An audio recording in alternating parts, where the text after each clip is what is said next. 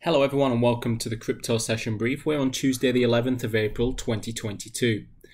Bitcoin's bearish flag has a lot of traders looking for potential crash lows, and we can see we have seen some bidding today in the trade so far after yesterday's onslaught.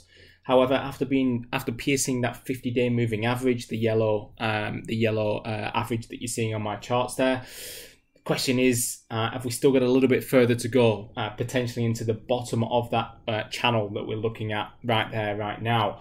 And that'll come in at around 37,500, which also ties in with some of the support lows, some of these lows that we saw. So probably you'd be looking for a move into the bottom of that channel, which also would tie in with some of these lows here, where we've also seen some technical support between that 37 and 37,500 area. So maybe that's where we could start to look for a bottom.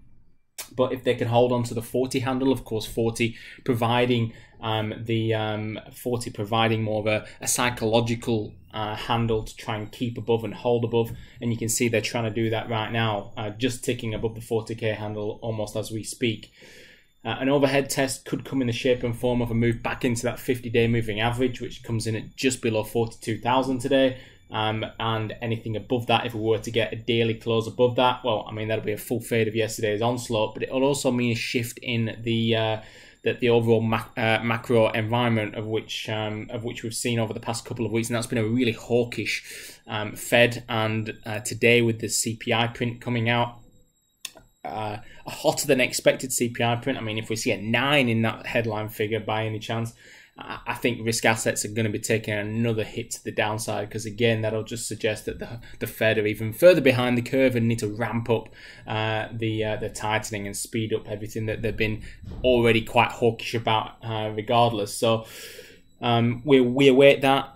Maybe we just see a quiet trade and up until then, but that's where we're at on BTC. Let's take a look at Ethereum. You can see another leg down on Ethereum yesterday, just about holding on to the 3k handle so far. So you can see two psychological round number handles on both Ethereum and on Bitcoin coming into play right now. 3k on Ethereum, 40k on Bitcoin, and downside, if we can't hold at 3k, then it's a move back into some of these highs and resistance and support levels that we've seen. Firstly, at around the 28.15 handle, and then if that doesn't hold, Ethereum could take another move down into the 2500 area. Litecoin basically faded its entire few weeks of gains in just a week. So there was 3 weeks of gains on the way up, come back down in a little over a week really, and now back trading below the 105 handle and back towards threatening the 100 area. If we go below 100, it's a case of retesting that post-correction low. As you can see, back underneath that descending trend line now as well, importantly for the bears there. Ripple has also been struggling to catch a bid as of late. Again, not a pretty day by any means yesterday.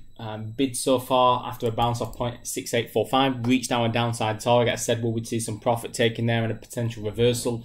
Let's see if that area holds again. Let's also see what comes through on the inflation print in the US today. I think a lot depends on that for risk assets, and of course the Nasdaq too. We've been talking about how important the Nasdaq, how it's positioned is due to that high correlation with crypto assets. I'll wrap things up there for the crypto brief for today. If there's any other further news, I'll post it inside the crypto chat room. Thanks everyone for the post so far today. Some pretty interesting comments, and I'll leave it there for now. Until next time, all the best with your trading.